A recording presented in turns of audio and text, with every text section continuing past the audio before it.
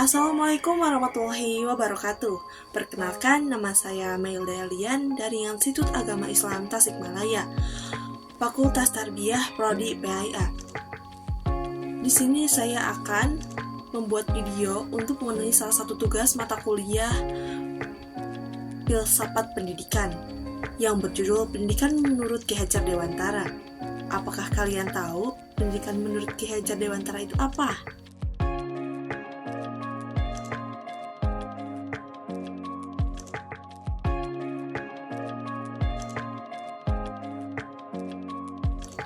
Saya di sini akan menjelaskan biografi singkat tentang Ki Hajar Dewantara.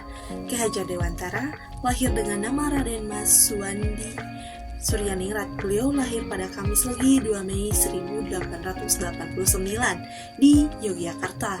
Ki Hajar Dewantara berasal dari keluarga bangsawan Puro Pakulaman, Yogyakarta.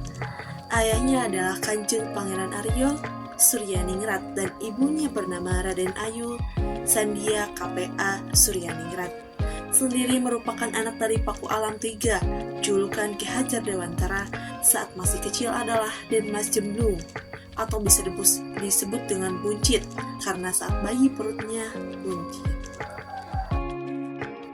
Pendidikan menurut Ki Hajar Dewantara, pendidikan dan pengajaran merupakan usaha persiapan dan persediaan untuk segala kepentingan hidup manusia, baik dalam hidup bermasyarakat maupun hidup berbudaya dalam arti yang seluas-luasnya.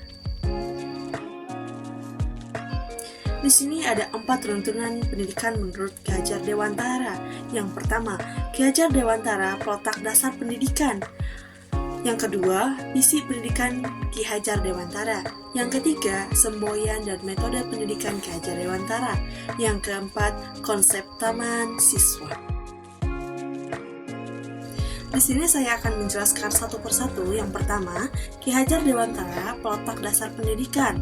Mendidik anak itulah mendidik rakyat, keadaan dalam hidup dan kehidupan kita pada zaman sekarang. Itulah buahnya pendidikan yang kita terima dari orang tua pada waktu kita masih anak-anak, menurut Ki Hajar Dewantara. Raden Mas Suwandi Suryaningrat dilahirkan pada 2 Mei 1889 dan wafat pada 26 April 1959. Beliau dikenal sebagai tokoh jurnalistik, tokoh perintis kemerdekaan, dan Bapak Pendidikan Nasional. Sebagai tokoh pendidikan dengan sebutan Bapak Pendidikan Nasional, beliau mendirikan lembaga pendidikan Taman Siswa pada tahun 1922. Sistem pendidikan yang beliau kembangkan adalah sistem Among. Tujuan pendidikan yang akan dicapai adalah 1. Meningkatkan kemandirian. Yang kedua, menumbuhkan semangat dan rasa kebangsaan. Yang ketiga, berakar pada kebudayaan nasional untuk menghargai usaha keras beliau dalam mencerdaskan kehidupan bangsa Indonesia. Beliau telah mewariskan ajaran, sistem Among dan konsep tentang Ing Ngarsa Saung Tuladha, Ing Madya Mangun Karsa, Tuturi Handayani. Hari lahir kelahiran beliau setiap tanggal 2 Mei selalu diperingati sebagai Hari Pendidikan Nasional. Ki Hajar Dewantara berpesan kepada kita bahwa cinta kasih merupakan dasar utama dan dasar fundamental pendidikan. Hal ini senada seirama dengan yang dikemukakan oleh Janling Har bahwa seluruh pendidikan merupakan masalah cinta kasih, kesabaran, dan hikmah. Kesabaran dan hikmah tumbuh di mana kasih berkuasa, jalan Tuhan sempurnanya ada. Berikut adalah pasal-pasal pendidikan menurut Ki Hajar Dewantara. Yang pertama, segala syarat usaha dan cara pendidikan harus sesuai dengan kodratnya. Yang kedua, kodratnya keadaan tersimpan dalam adat istiadat masing-masing rakyat. Yang ketiga, adat istiadat itu tidak tetap tetapi senantiasa berubah bentuk isi dan iramanya. Yang keempat, akan mengetahui garis hidup yang tetap dari sesuatu bangsa. Yang kelima, pengaruh baru terjadi dari pergaulan bangsa yang satu dengan yang lain. Kita harus dapat memilih mana yang baik ataupun menambahkan kemuliaan hidup. Mana yang memberikan pada kita dengan selalu mengingat.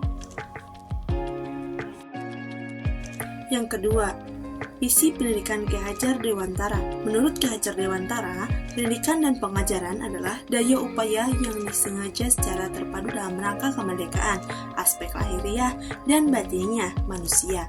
Pengajaran adalah salah satu bagian dari pendidikan. Artinya, pengajaran ialah pendidikan dengan cara memberi ilmu atau pengetahuan dan memberi kecakapan, pengertian serta pelatihan kepandaian kepada anak-anak yang dapat berfaedah buat hidup anak-anak baik lahir maupun batin. Yang ketiga, semboyan dan metode pendidikan menurut Ki Hajar Dewantara.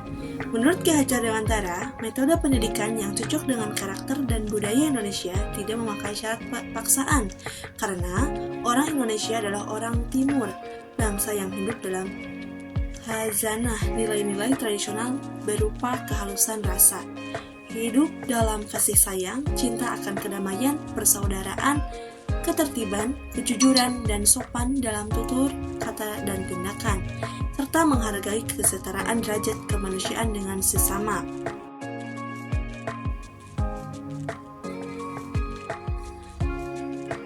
Alat atau cara mendidik dalam metode Pamong terdiri dari 6, yakni yang pertama, memberi contoh. Pamong memberi contoh atau teladan yang baik dan bermoral kepada peserta didiknya.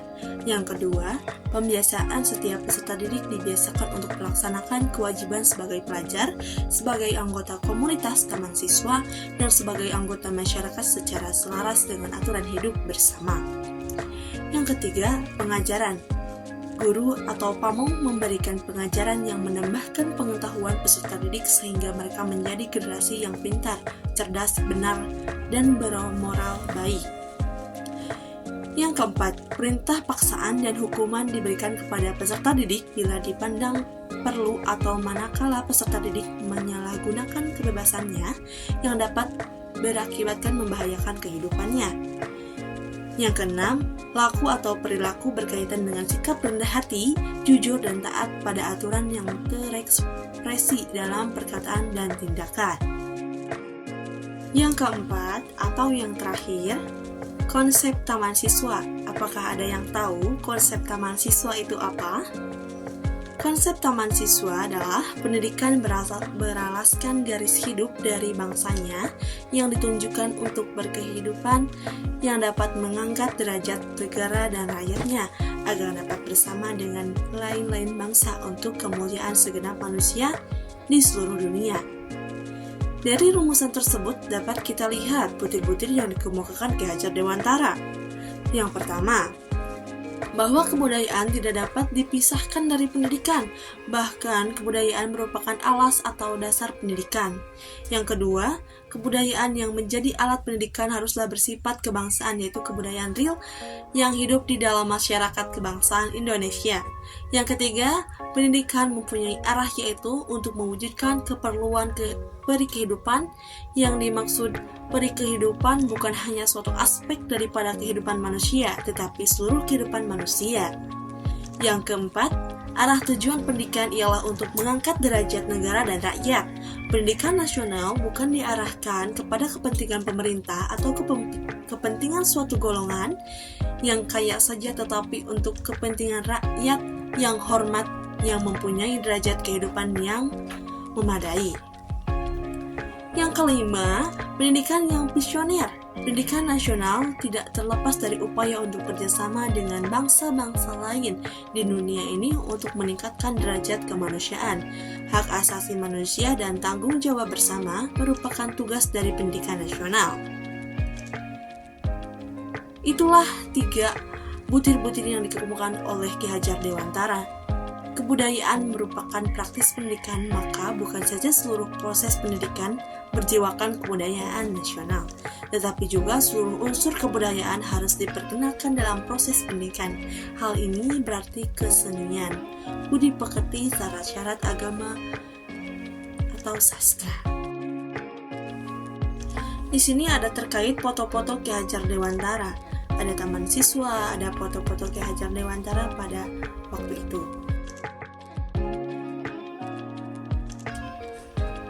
Dari pembahasan di atas, saya akan menyimpulkan bahwa pendidikan menurut Ki Hajar Dewantara adalah usaha pembangunan dalam upaya menyokong perkembangan hidup anak-anak, lahir dan batin, dari sifat kodratinya menuju ke arah peradaban dalam sifatnya yang umum. Pendidikan tidak dapat lepas dari kebudayaan karena kebudayaan merupakan dasar pendidikan.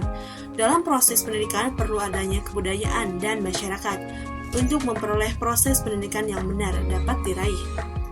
Dengan sistem AMONG, di mana peserta didik sebagai subjek bukan objek pendidikan, dan untuk mewujudkan proses pembelajaran, mengajar, dan konduktif dapat dilakukan dengan sistem pondok. Mohon maaf bila ada salah kata, saya akhiri dengan bacaan Alhamdulillah. Wabillahi taufiq wal hidayah. Wassalamualaikum warahmatullahi wabarakatuh.